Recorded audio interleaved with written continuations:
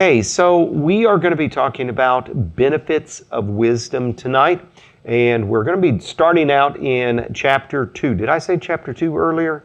Yeah. Yep, 2, 3, and 4 is where we're at. And so as far as benefits of wisdom, this is kind of like this whole section is, looking at this, the benefits of wisdom. And we see in the very first verse, it says, "My son, if you accept my words and store up my commandments within you, turning your ear and applying your heart to understanding, indeed, if you call out for insight and cry aloud for understanding, and if you look for it as for silver and search for it as hidden treasure, then you will understand the fear of the Lord and find the knowledge of God. For the Lord gives wisdom, from his mouth come knowledge and understanding." Okay, so kind of stopping right there. Do you notice the if and then statements in these verses? By the way, this is the NIV that's up here, and I decided to just kind of put this up here on the board so that we can just all look at it together and just kind of dissect it. But look here in these verses and tell me the ifs. If you accept my words. Okay, so there it is. If you call out. Okay, so if you call out. Okay. If you look for it as silver. If you look. Then you will understand. Okay, and so then we've got the then that's right there, right? Okay, and if you think about it, it says if you accept, but you've also got store up my commands, okay? And then if you say, look at if you call out and then cry aloud for understanding. One thing that we need to understand is that all of this is going to be poetry, right? We don't really think about it necessarily because it doesn't rhyme. But, first of all, it's a translation from Hebrew to English. And secondly, Hebrew poetry really had more of a rhyming of ideas than it did necessarily a rhyming of words. And so if you think about accepting and you kind of compare that to store up, you can kind of see a little bit about how these two thoughts go into process. If you think about if you call and how calling and crying aloud kind of go hand in hand together, then if you look and then searching, those are going to kind of go hand in hand together too, right? And so what are we talking about when we look at all of these right here? Are we talking about putting out a little thing called effort? What fort are we in? We're in F fort. What? So effort, you got to put out some effort to get wisdom. Wisdom is not going to just naturally occur. It's not going to just happen. There are some things that you need to do in order to gain wisdom. And you say, okay, well, what do I have to do to gain wisdom? Well, one thing is you've got to want it, right? You're not going to get wisdom if you don't want it. And if you want it, then you're going to start to look for it and search for it, right? You're going to be asking God for it. And when all of those things take place, then you need to be accepting it. And you need to be accepting God's words. In James chapter 1, it talks about how if anybody lacks wisdom, let him ask of God that gives to everyone liberally. But it also says, let him ask in faith. Because if you don't, you're going to be like the winds just in the waves out there on the sea. You're just going to be going back and forth, to and fro, and you're not going to be gaining anything. And so if we are going to be asking God for wisdom, if we're going to be searching for wisdom, then when we do that, we need to start to accept it and start to accept God's words. And so I think that, sometimes people say, yeah, I want to know what God says. I want to follow God's words, but when people start to really understand what's involved in it, it's like, no, I don't want to do that. Okay, well, why not? That's what you said you were going to do at the very beginning. So what makes you hold back? What makes you stop? Is it because you just found something that you didn't like? You found something that maybe you just didn't think was all that big or important? But if we look at it as far as, well, wait a minute, this is godly wisdom. This is what God wants for us. Then all of a sudden, things start to happen, and that is that it says in verse number 6 and verse number 7, it says, or verse number 5, you'll understand the fear of the Lord and find the knowledge of God. And that's going to be the beginning of wisdom, according to what we looked at last week in chapter 1, verse number 6, right? Okay? All right, so in verses 7 and 8, we notice some of these benefits that are there. And that is in verse number 7, it says, he holds success in store for the upright. He's a shield to those whose walk is blameless, and he guards the course of the just. And so if you want to know some benefits for wisdom, then you kind of think right here, there's 1, there's 2, there's 3 right there. And that is that he's going to be holding success for the people who are upright. He's going to be a shield. He's going to have some sort of protection. He's going to be guarding those whose walk is blameless.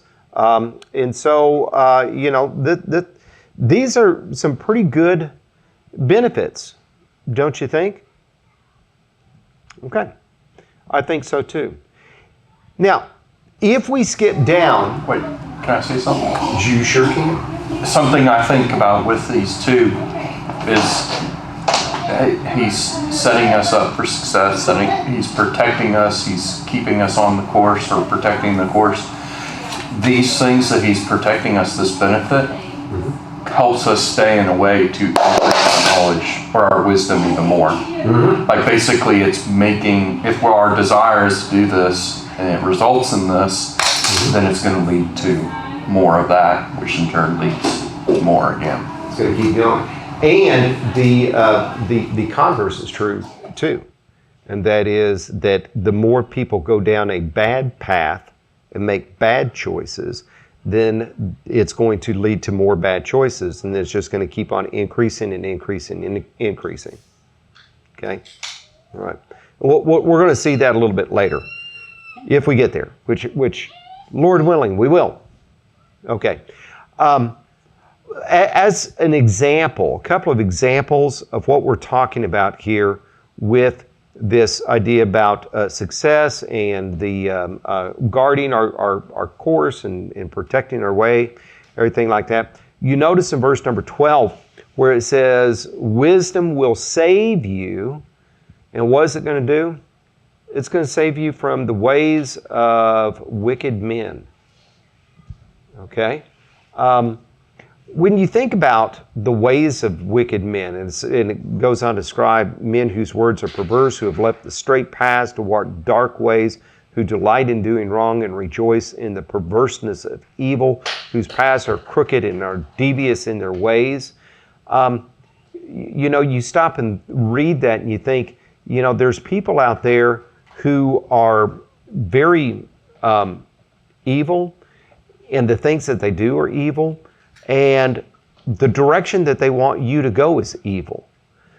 But at the very onset, are they going to come up and say, hey, how are you doing? I'm an evil guy, and I've got evil ways, and I want you to go down an evil path? Probably not. But what happens? We're deceived. We're deceived. We're deceived. I mean, the big key word today is called radicalization, because I think that we have a whole big problem today with people being radicalized in our country. And you think about people who, at the very beginning, maybe they grow up in a pretty good home and, have some pretty decent values, but, they fall in with the wrong crowd, right? And then all of a sudden they're doing something that is terrible and horrible, and it's on the news, and news media goes up to the family, and it's kind of like, how could you raise such a terrible person? And it's they got radicalized down the way. It's kind of like, don't you want to go back and say, hey, have some wisdom about you at the very beginning? probably if they would have known the end of the matter when they began the matter, they wouldn't have ever done it, right? But the reason why they went down that path and that course is because they lacked wisdom. And so wisdom is going to be something that is going to help us to kind of stay balanced and focused. And in that, you can think about how that is success. That is guarding our path. It's something that is going to be protecting our way, right? Okay. Another example that we've got is down here in verse number 16. And that is, wisdom will also save you from the adulterous woman, from the wayward woman with her seductive words, who has left the partner of her youth and ignored the covenant she made before God. Surely her house leads down to death, and her paths to the spirits of the dead. None who go to her return or attain the paths of life. Thus, you will walk in the ways of the good. Well, okay, we'll stop right there. When you think about wisdom, and you know, you think about this in terms of Solomon is primarily speaking this to young men, although the same could be true to young women, the same could be true to older men, same could be true to older women, right? You know, here is something that is a big temptation, and that is, hey, go after this very seductive young woman. Go after the heart and flesh desire there. But what really happens is that there's a lot of pain, there's a lot of suffering, there's a lot of things that could actually lead to somebody's physical death. But at the same time, when you're talking about matters of the heart and emotions, you know, sometimes there's things worse than death. Yeah. And so, you know, wisdom is going to help people steer clear of that in the same way as the other. And that is that if you go and you find somebody who's in shambles because they had a fling with somebody they shouldn't have had, if you went to them then and, you know, could backtrack to where they were at the beginning, you know, there's probably some words of wisdom that they could go and give themselves and said, don't do this. Well, if they would just listen at the very beginning, they wouldn't have that problem. Okay, you got other things about chapter 2 before we move into chapter 3? Yes? I looked up, and I'm not sure if I was looking at the right resource, but because when they kept talking about the woman, is the woman just temptation for sin? Is that all it is? Or because they're not talking about a woman. Oh, no. Yeah. They're talking about this, the adulterous woman, okay? The wayward woman, the woman who has seductive words, okay? And so, you know, it's not women, it is women who are doing things that would entice a young man. And the same could be true in reverse. There are young men that will say and do things that will entice the women too, you know. If you say, okay, well, why doesn't it say that? Well, because he's talking to his sons, okay? And so we can then understand, oh, well, hey, you know what? It's a two-way street. It works both ways. We can apply it both ways too. Were you asking if the wayward woman is like a symbol of Yes, symbolism. Of just fleshly desires in general? Well, here I think it is, it's really talking about this. Okay. I think that we could probably apply it to any kind of fleshly enticement and desires, but I think that right here, it's really talking about the adulterous woman. Now, later on, we're going to start to see how folly is going to be compared to the adulterous woman. Then we can see it's a little bit more. Okay, that's what I wondered, if this was symbolism or if this was a real, okay, Yeah, I think here it's real. Later on, it's going to be symbolism. okay. Something that the Sunday school teacher McAllister mentioned this past weekend, he was talking about wisdom. And he came up with a good point that a lot of people think, well, I'm just not smart enough to be wise, or how do I even obtain wisdom? It just seems so complicated. It's just a process. I don't know if I'm good enough to really do that. But like you said in James chapter 1, it just tells us it's very simple. Like you ask God, you seek it out, He's going to give it to you if you have faith that He will. And this guy's point was, if the Bible is telling you to seek something out, it means it's attainable. Like it's not just obtainable to the people that are smart enough to understand. And not only that, but we go back and we take a look at, what we looked at in Proverbs chapter 1 about what is wisdom, who is wisdom for, and that is that it says in verse number...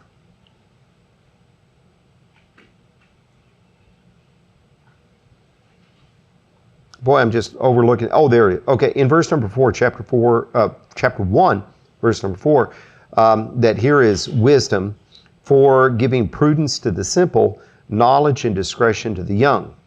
And so if people say, well, wisdom isn't for me because I am not, like what you said, smart enough, everything like that. No, it's not about that.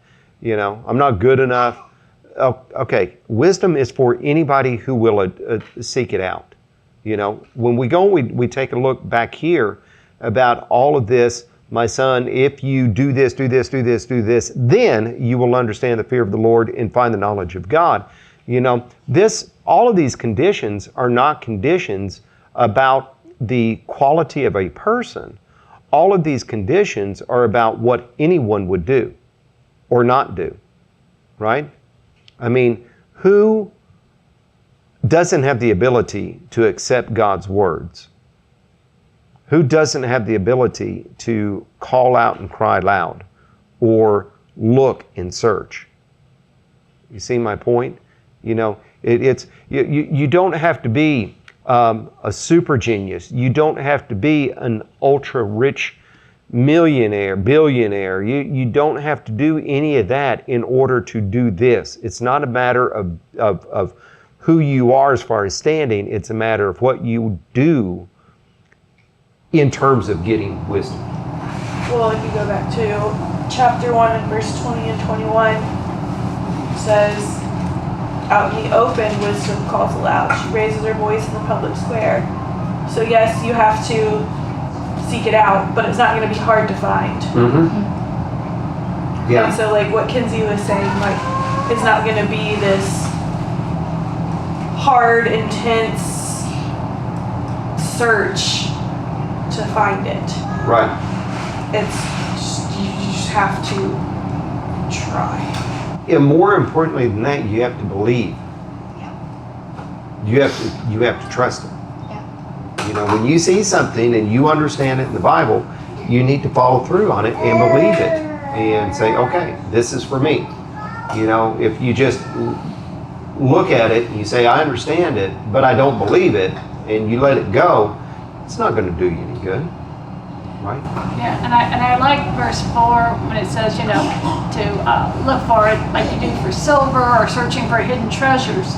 So we will go and look for all these things that are worth money and maybe not search for, wisdom, which is Far less dirty looking for wisdom. Yes, you got that right. Would you say, Chloe? You get far less dirty looking for wisdom. Well, that's true. That's true. Than buried treasure. Yeah. All right. Moving on to chapter 2 then. 3, excuse me. It's the second one that we're looking at tonight, but you're right, it's chapter 2. It's chapter 3. Okay. So in chapter 3, first couple of verses, we see a little bit about more benefits of what wisdom is going to do. It says, verse number 1, chapter 3, verse number 1. My son, do not forget my teachings, but keep my commands in your heart, for they will prolong your life many years and bring you peace and prosperity. Okay? So we look here and we see that the benefits of wisdom are going to be one of health. We see that benefits of wisdom is going to be one of peace. We see that benefit of wisdom is going to be prosperity. Now, let me ask you a question, and that is this. if wisdom's going to make you rich, if wisdom's going to give you a long life, if wisdom is going to make, where you don't have any stress in your life, then I'm not wise. what about people in the Bible who didn't have that? Can you give me an example of a godly person in the Bible who did not have wealth? Jesus. Jesus? Oh, I was gonna say Job, but he did have wealth, but he did not have peace or an easy life. Well, he did before the trials Right. happened, and then afterwards he did too. Lazarus the beggar. Lazarus the beggar. Okay. Paul. Paul? Yeah. Now let's throw in the other things about peace and long life. Do you know of people in the Bible who died quickly? John the Baptist. John the Baptist? Didn't Stephen die young? Yes. Yeah, he did. He was stoned. Of course, I always think about Eutychus. And he fell out the window while Paul was preaching. Oh, right. I was like, Yeah, he was a young man. Of course, some people will say, well, he shouldn't have fallen asleep. That wasn't very wise to be sitting in an open window falling asleep. It's fair. Fair enough. Okay. But you can see that the Bible is full of examples that run against this. So, does that mean that this is wrong? No. Okay, then what does this really mean? generally speaking. I hate to use that term, but maybe that's not the right answer. It gives you the tools to stay away from the things Yeah. that are gonna end Yeah. your life and are gonna bring you, what's the opposite of peace? Desire, Turmoil. turmoil. And things that are gonna keep you from blowing everything that God gives you. Okay. One thing that we need to understand is that the book of Proverbs, and you're going to hear me say this many times, the book of Proverbs is a book of principles, not promises. Okay? Because the way that things are set forth in Proverbs, you may take it as far as a promise. You know, God promises me this. But you look at really the Bible and you really look at life and you see that it's not really that case. And that is because what we see here is really a book of principles. What we're talking about here is that if we live with godly wisdom, then the principle is that we are going to have a benefit for it, right? A health benefit for it, a benefit of peace, a benefit of prosperity in terms of the fact that we don't have what foolishness brings. So foolishness, somebody who is going to go and drink themselves into a stupor, they're going to be cutting their life short, right? Somebody who is going to be living foolishly and causing problems with themselves and other people, they're not going to be having peace. Somebody who's going to be, like what Kinsey said, going to be going and blowing their money very foolishly is not going to be as prosperous. Do you see the idea here? Okay. What's that? No. Okay. I think though, like I said, as soon as you read this, I mean, you're thinking of people you know. I know when I'm reading this, I'm like, people that, you hear about that are doing all these things. So I think, like I said it right away, it just... Yeah. The benefit of wisdom is not getting the consequence that foolishness brings. And when we say, well, that's not really much of a benefit. Well, if you're on the other end of it, it sure looks like it, doesn't it? You may look at somebody who may not be the richest person in the world, may still have trouble, but, they have it together. And somebody who is, fairly well off and everything with what they do, and they say, man, how could you be so blessed? Well, it's because of the way that they lived, right? Okay. Real quick, skip it on down to verse 7 and 8. Yeah. So one thing back up with the verse 2, like we were talking about. In the King James, it actually, it says that it's at the end, instead of it, and prosperity, it says, and shall they add to thee? Kind of, whenever I look at it that way, it's kind of like the prosperity is these things that it's adding to your life, not necessarily a financial Monetary. not necessarily Yeah. a monetary prosperity, but a prosperity in other things. Yeah. Which is something, I mean, still you have those that live short, so it's still not, what you were saying still applies. But also I like to talk about this too, that there's many other ways that God can prosper us than just with monetary value. You are very correct. Well, also, even if like you look at your life and you say like, well, I followed God, I lived wisely, but I had all these trials. Well, how would you look at your life if you didn't live wisely? Like you'd have all those trials on top of trials. Yeah. And you might have some discipline of the Lord on top of that, Yeah. which we may get there. Yeah. So. But moving on. No, that's fine. Okay, but moving on real quick. I want to talk real briefly about this, and that is verse number 7 and verse number 8. Do not be wise in your own eyes. Fear the Lord and shun evil. This will bring health to your body and nourishment to your bones. One thing that we need to understand is that there are many times that people are wise in their own eyes. That is, that they think, they look at their life, and they judge their life by their own standards. And it's really easy to live up to your own standards and then judge yourself okay. Right? If you go and you set something for yourself as far as this is right, this is wrong, and you do it, then you can go, pat, hey, I'm a pretty good person. You can say that you're a pretty good person, and you can say that you are wise in your own eyes, but that doesn't necessarily mean that you're really wise. Because what we are looking at is we need to be looking at things from God's standard and God's point of view. When we look at things from God's point of view and not be wise in our own eyes, then all of a sudden we start to say, hey, wait a minute, I need to fear the Lord. I need to worship, follow, and serve God. And that is what's going to bring all these benefits. Okay? All right. So, moving on down. Well, okay, here's the one about discipline right here in verse number 11. Verse number 11, my son, do not despise the Lord's discipline and do not resent his rebuke. And so if we're going to be talking about how the Lord's standard is what we need to attain to, and wisdom is understanding what his commandments are, accepting what his commandments are, then that means that we need to have some kind of corrective process in our own lives, right? Especially if we are simple, which, to be honest with you, we are. We're morally deficient. We are foolish in what we do.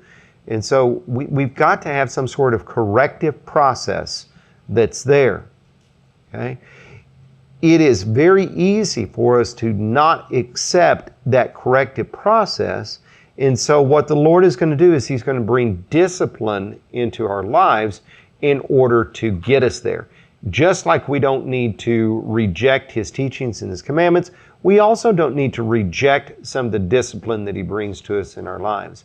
Because if we're His children, then, verse number 12, the Lord disciplines those He loves as a father, the son He delights in. So God is going to be looking at us in terms of being a child, and that's the reason why He's going to be invested in us and concerned on us. And we don't need to be looking at it in terms of God's discipline is punishment, because God's discipline is not punishment. What is the punishment of sin? Death, hell, and the grave. Okay? I mean, that is punishment right there. Okay? The wages of sin is death. Meaning physical death? No, meaning beyond physical death in terms of eternity in hell. That's punishment. what the Lord does for us in our life is not punishment, it's discipline. It is something that is corrective because we've got a better way for us. Okay? All right. Moving on to chapter 4 then. Oh, come on. Where is chapter 4? There we go. Can I point out one of my favorite ones before we go there? Absolutely. If I can get it back, why didn't you say that Sorry, because I originally? was just looking at it. It was on the next page. Where is it? 27. Do 27. It's got to be a good one. Do not withhold good from those to whom it is due when it is in your power to act. Okay. I just really like that because it's very challenging. It is. It is. Especially when it is in your power to act. Okay? All right. Okay. Moving to chapter 4 then. It's one of those that makes me go, oh.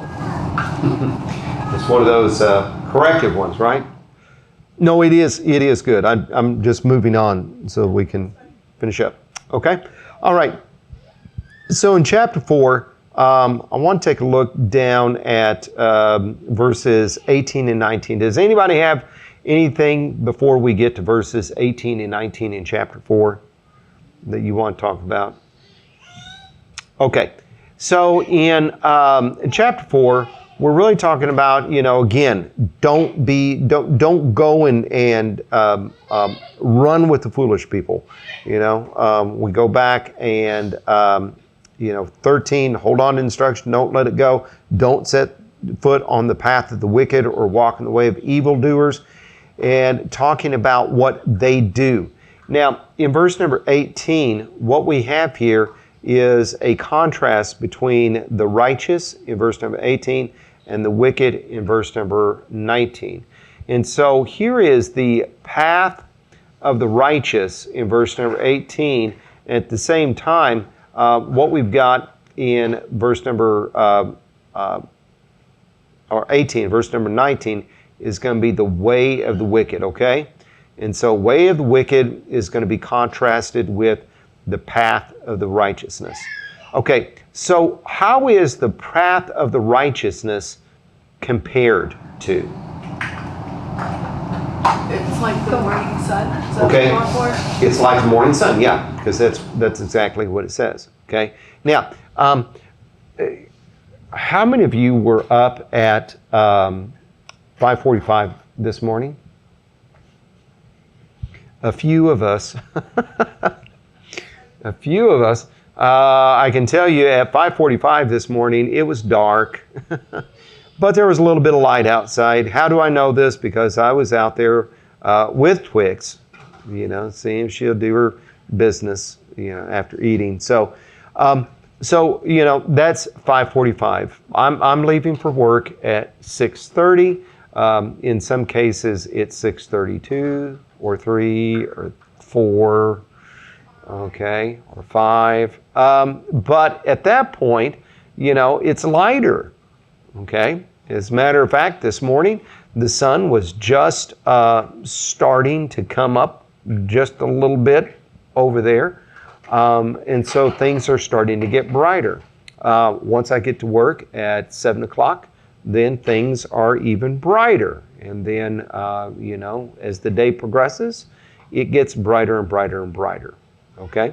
And so this is what the path of the righteous is like. The path of the righteous may start out one way and just grow and grow and grow and grow in terms of righteousness.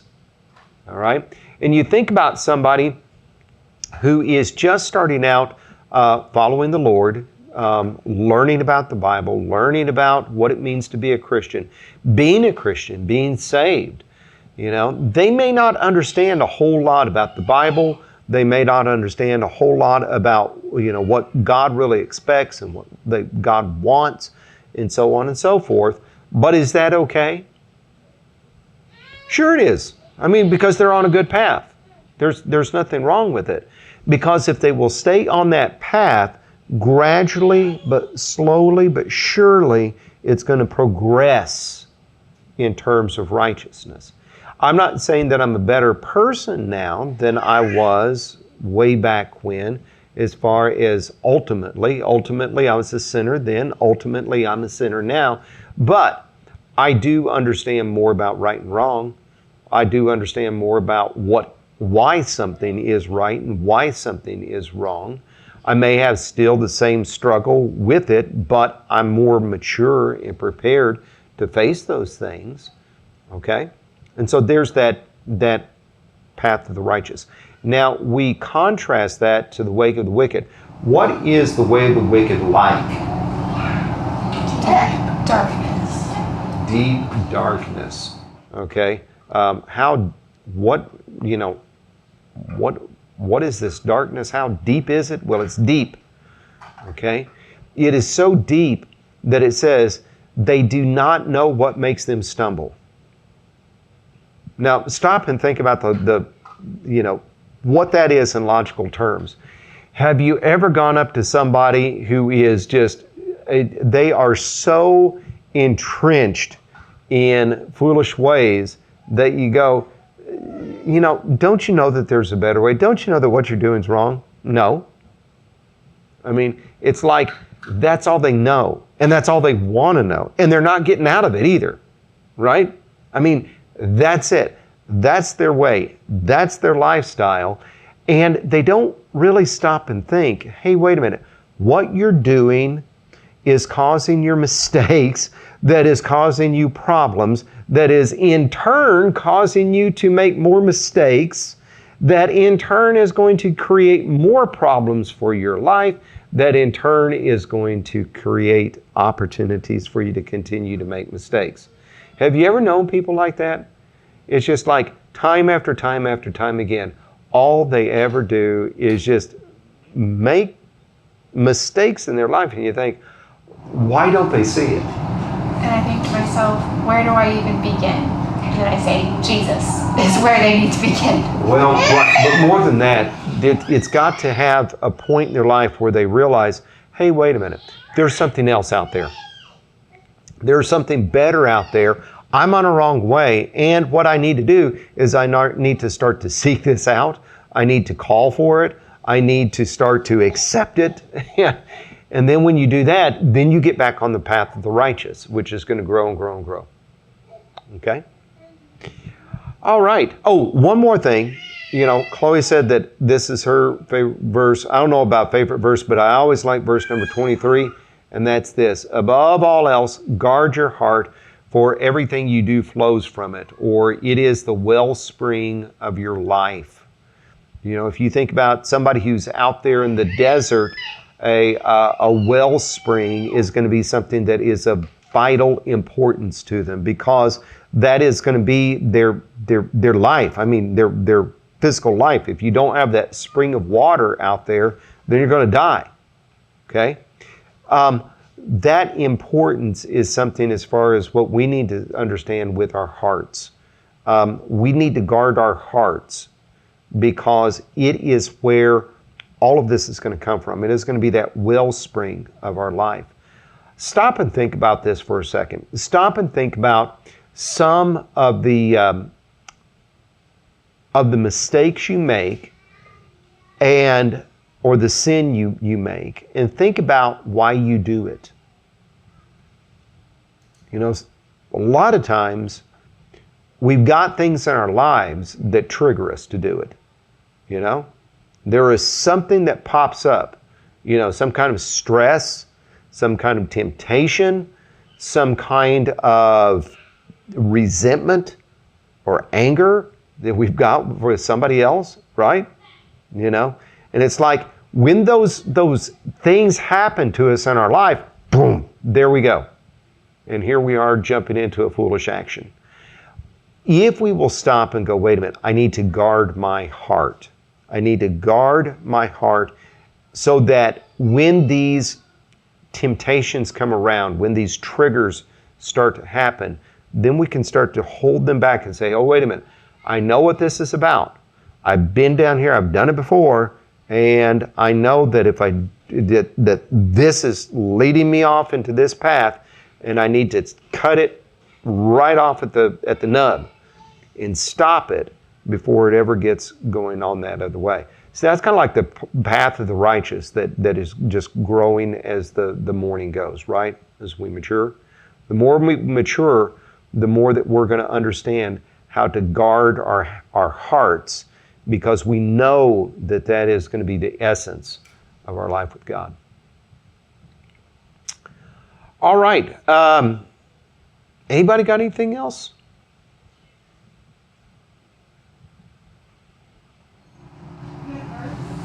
Okay.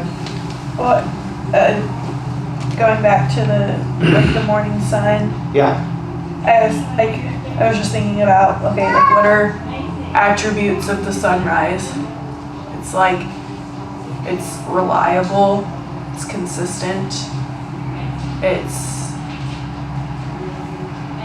blinding whenever you're staring into it. Okay.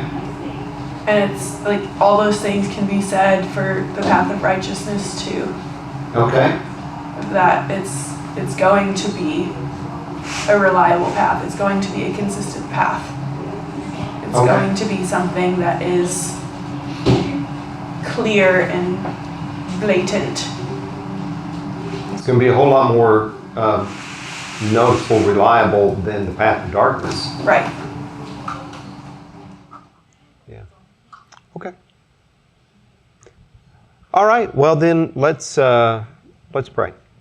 Dear Lord in heaven, we thank you for your blessings. We thank you for the time that we've spent in your word. We ask that you please help us to seek after wisdom. Help us to look at your words. Help us to believe them and incorporate them into our lives. Lord, please forgive us of our sins. Please help us to have the grace and the mercy to be wise and live good lives for you. We ask all of this in Jesus' name. Amen.